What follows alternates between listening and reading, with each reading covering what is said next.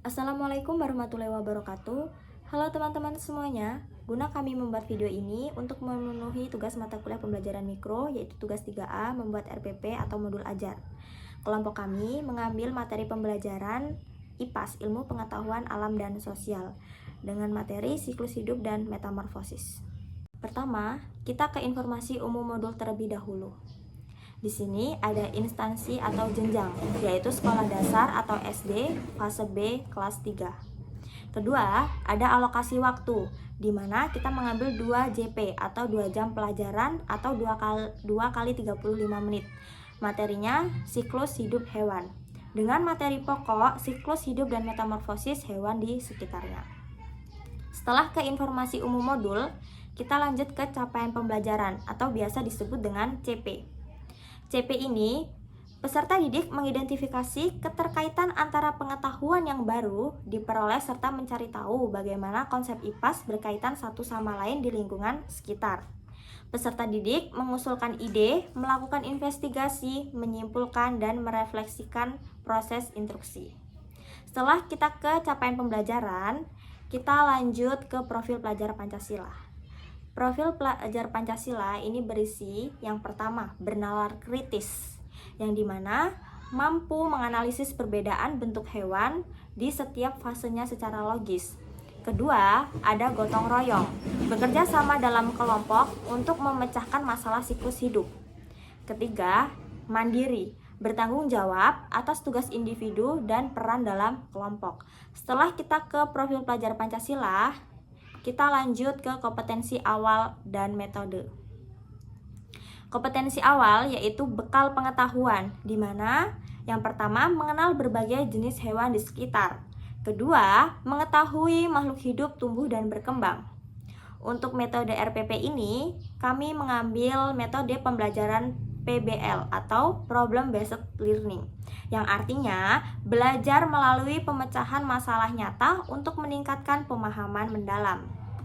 Setelah ke kompetensi awal dan metode, kita lanjut ke tujuan pembelajaran atau TP. Tujuan pembelajaran kita yang pertama adalah mendeskripsikan tahapan siklus hidup hewan yang bermetamorfosis. Kedua, membuat bagan siklus hidup metamorfosis dengan tepat. Ketiga, membandingkan metamorfosis sempurna dan tidak sempurna. Setelah kita ke tujuan pembelajaran, lanjut kita ke ayo berpikir. Ayo berpikir dalam RPP ini adalah instruksi atau bagian dari kegiatan pembelajaran yang dirancang untuk merangsang kemampuan berpikir kritis, logis, dan analitis peserta didik. Bagian ini biasanya berisi pertanyaan pemancing, studi kasus, atau masalah kontekstual yang harus dipecahkan siswa secara mandiri maupun berkelompok. Bagian ini biasanya diterapkan melalui langkah-langkah berikut. Yang pertama, ada penyajian masalah. Kedua, diskusi. Ketiga, penarikan kesimpulan. Untuk pertanyaannya sendiri, di sini saya memberi pertanyaan, yaitu pertama, pernahkah kalian melihat ulat di daun? Mengapa ia bisa berubah menjadi kupu-kupu yang cantik? Dan yang kedua, apakah semua bayi hewan memiliki bentuk yang sama dengan induknya saat lahir? Nah, di mana saya memberi soal ini untuk merangsang kemampuan berpikir kritis, logis, dan analisis peserta didik. Langkah pembelajaran, model Problem Based Learning atau PBL. Alur Problem Based Learning. 1. Tahap orientasi. Identifikasi masalah di taman. 2. Tahap organisasi. Bentuk kelompok diskusi. 3. Tahap penyelidikan. Urutkan siklus di LKPD. 4. Tahap penyajian. Presentasi bagian karton. 5. Tahap evaluasi. Penguatan oleh guru. Orientasi masalah. Skenario masalah. Di sebuah taman, semua warga ingin membasmi semua ulat karena dianggap merusak tanaman. Namun, mereka juga ingin taman tetap didatangi kupu-kupu. Mungkinkah hal itu terjadi? Berikan solusinya. Eksplorasi materi. Memahami siklus hidup dan metamorfosis.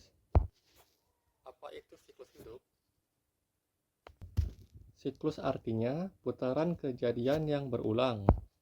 Digambarkan seperti lingkaran karena semua makhluk hidup mengalaminya. Setiap bagian dalam siklus hidup disebut dengan tahap. Tahapan ini dimulai dari kelahiran hingga dewasa. Contoh, siklus hidup tanaman tomat. Pertama, biji atau benih, tahap awal kehidupan. 2. Kecambah, tumbuh akar dan daun pertamanya. 3. Tanaman muda, mulai tumbuh tinggi. 4. Berbunga, muncul bakal buah. 5. Berbuah, menghasilkan tomat dan biji baru. Lanjut, siklus hidup manusia. Tahapan hidup manusia yaitu bayi, anak-anak, remaja, dewasa, dan lansia. Lalu bagian metamorfosis sempurna. Proses perkembangan yang melibatkan 4 tahap utama, yaitu telur, larva, pupa, dan dewasa. Bentuk tubuh saat masih kecil sangat berbeda dengan yang dewasa. Bapak, Ibu, dan rekan-rekan sekalian, sekarang kita masuk pada pembahasan jenis metamorfosis yang kedua, yaitu metamorfosis tidak sempurna. Berbeda dengan jenis sebelumnya, metamorfosis tidak sempurna ini hanya melibatkan 3 tahap utama saja, yaitu dimulai dari telur, kemudian berkembang menjadi nimfa, dan berakhir menjadi hewan dewasa. Karakteristik yang paling mendasar di sini adalah hewan muda yang disebut dengan nimfa, memiliki bentuk tubuh yang sudah mirip dengan induknya. Hanya saja, mereka belum memiliki sayap yang sempurna. Contoh hewan di sekitar siswa yang mengalami proses ini antara lain belalang, capung, dan kepik.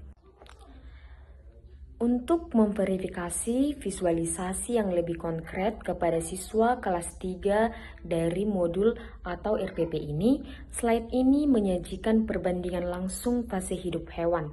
Di sini kita bisa memperlihatkan bagan pertumbuhan belalang, yaitu fasenya berjalan dari telur, nimfa, dan belalang dewasa. Begitu pula dengan capung, yang melalui urutan telur, nimfa, dan capung dewasa. Melalui slide ini, guru dapat mengajak siswa berdiskusi aktif untuk mengamati bahwa sejak bertumbuh nimfa, wujud mereka tidak banyak berubah secara ekstrim hingga menjadi dewasa. Setelah siswa memahami kedua jenis metamorfosis tersebut, modul ini memfasilitasi penguatan konsep melalui slide perbandingan metamorfosis. Di sini disajikan tabel komparasi berdasarkan 4 aspek utama. Yang pertama, jumlah tahap. Metamorfosis sempurna memiliki 4 tahap, sedangkan tidak sempurna hanya memiliki 3 tahap. Yang kedua, bentuk muda. Pada metamorfosis sempurna, bentuk mudanya sangat berbeda dengan dewasa, sedangkan pada metamorfosis tidak sempurna, bentuk mudanya mirip dengan dewasa. Yang ketiga, tahap istirahat. Metamorfosis sempurna memiliki tahap istirahat berupa pupa atau kepompong, sementara pada metamorfosis tidak sempurna, tahap ini tidak ada sama sekali. Yang keempat, contoh hewan. Sempurna dicontohkan oleh nyamuk, katak, dan kupu-kupu, sedangkan tidak sempurna dicontohkan oleh belalang, capung, dan juga kecoa. Tabel ini sangat berguna untuk membantu siswa melatih kemampuan bernalar kritis dalam menganalisis perbedaan secara logis. Memasuki tahap evaluasi dalam sinteks problem-based learning, modul ini menyediakan asesmen formatif untuk menguji pemahaman siswa secara langsung setelah materi selesai dipaparkan. Asesmen formatif tersebut dikemas dalam bentuk kuis singkat yang interaktif dan menyenangkan bagi anak usia SD. Ada 4 butir soal yang diajukan. Pertama, siswa diminta menentukan jenis metamorfosis pada katak dengan pilihan tak sempurna atau sempurna. Yang kedua, pertanyaan mengenai jenis metamorfosis pada nyamuk. Yang ketiga, pertanyaan mengenai jenis metamorfosis pada belalang. Dan yang keempat, siswa diajak melengkapi urutan siklus hidup nyamuk yang rumpang, telur, titik-titik, pupa, dan dewasa. Kuis ini berfungsi sebagai instrumen bagi guru untuk mengukur ketercapaian tujuan pembelajaran secara instan di kelas. Terakhir adalah bagian penutup. Sebelum mengakhiri kelas, guru memberikan ruang kepada siswa dengan membuka sesi tanya jawab melalui pemantik, ada pertanyaan.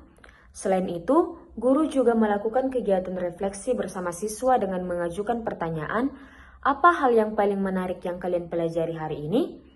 Langkah refleksi ini sangat penting dalam kurikulum Merdeka agar siswa dapat memahami lebih dalam proses belajar yang mereka lalui. Setelah refleksi selesai, pembelajaran ditutup secara resmi dengan ucapan terima kasih dan sampai jumpa.